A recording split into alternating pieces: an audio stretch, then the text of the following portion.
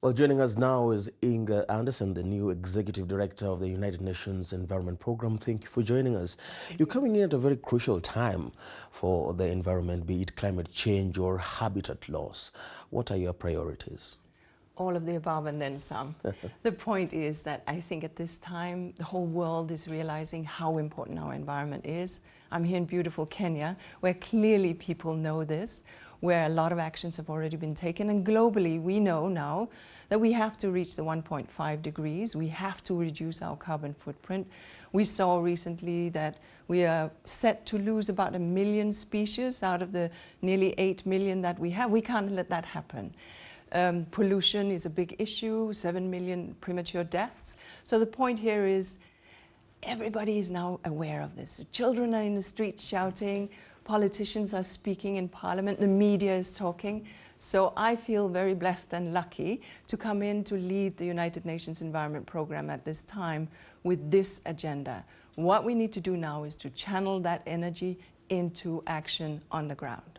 And is the world losing the battle against, climate change? If we look at the figures here, I mean, despite the commitments made in Paris, for example, the global CO2 emissions rose to their highest levels last year, and that's according to the International Energy Agency. And also in Brazil, the Amazon deforestation levels rose to record highs. How do you set about reversing this trend? So I think that you make some very important points. Look, unless we get the global commitments that we have made, unless we live up to these global commitments, we're not going to get there. So my job is to have to be the amplifier, as well as to ensure that science and the policy meet. You mentioned some scientific facts. How do we translate them into policy? And how do we make them real on the ground? That's where my organization, the United Nations Environment Programme, lies.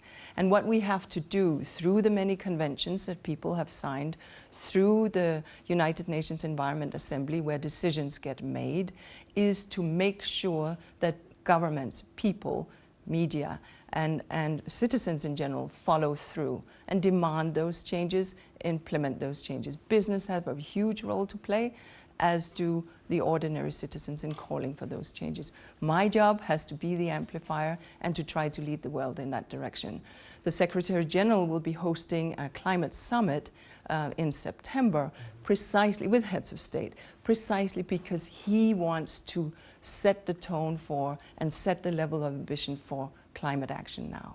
Well, it appears that for many countries, the challenge about going green is how to achieve that without perhaps a crippling certain existing systems or even jobs and so on. So as an economist and also an industrialist, how do you strike that balance, do you think? Well, I think the language in the Paris Agreement is very good because it speaks about a just transition. There are energy deficits. I'm on the beautiful continent of Africa. There is an energy gap. That gap has to be met. That's an obligation. Everybody has a right to have energy, so that's clear. The world has agreed, however, that we need to find ways of financing that in a way that we can get to smarter energy, cleaner energy, powered by renewable energy. And so it's within that context that I step in, because absolutely development and growth have to be part of it. But those sectors that may be driving some of the environmental pressures, including the energy sector, the agriculture sector, etc., those sectors also hold the solution. And so we need to make sure that solution is enabled through policy shifts, and we need to make sure that we leave no one behind, because everybody has a right to live with energy, with food on their tables, and with a good environment. So we must not see it as an either development or good environment. We need to have the environment become part of the solution, and that is possible. Yeah, and well, I suppose all this is easier said than done, considering that there are some very influential leaders who are perceived to be climate change deniers or a bit reticent in terms of achieving these objectives. You're now coming to this office to speak to them. How hard is this job for you now? It's not hard at all, because people, even in some of those countries, and governors and leaders, are actually speaking that language, are seeing those impacts, are living the impacts of deforestation, are living the impacts of climate change, are living the impacts of greater storms and greater inundations, are living the impacts of intense fires. And so people are aware of these issues. And I believe that on the whole, the vast majority of the world and the science that backs up this speaks for the fact that climate change is happening and early action and immediate action is now. You spoke about the Climate Change Summit, which is coming up this September. For it to be a success or considered a success, what do you think should be achieved in that summit? Well, it's a Secretary General's summit, so it's for him to say what he looks upon as success. But clearly, he has gone on record speaking on the fact that he's looking for a greater level of ambition.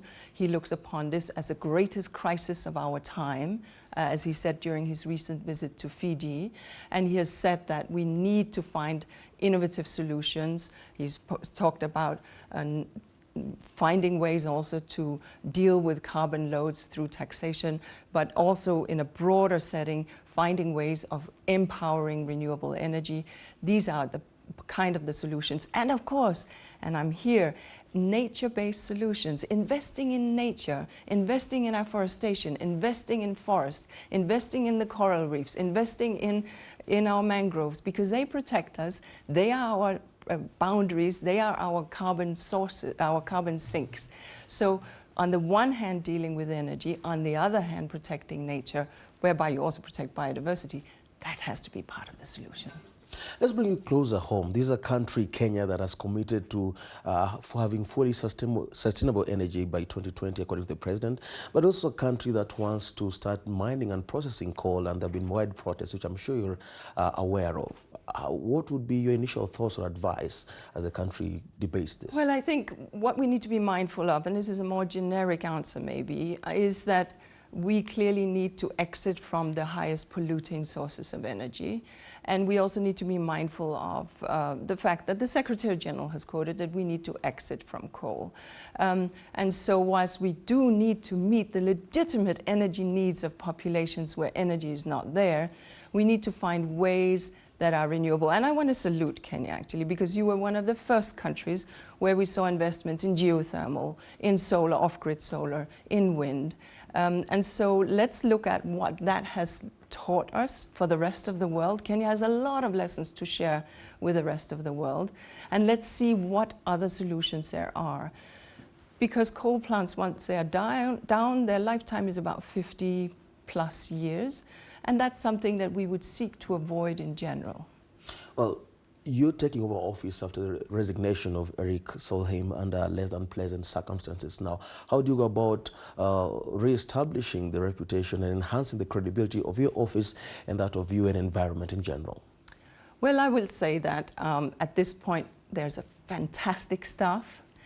There are committed member states. There are amazing partners. We had a wonderful deputy who was acting during this period of transition. And we have had a very successful United Nations Environment Assembly. So I feel like I'm coming in at a time when the organization is on the up and up. And my job has to be to steer this ship to even greater heights, or to steer this plane to even greater altitudes, to ensure that the environmental message, the science policy interface, that normative role is a role that the United Nations Environment Programme delivers on the continent and for the world. I do wish you the very best. Thank you so much. In Appreciate Andersen. it, Phantom. Thank you very much. Thank you.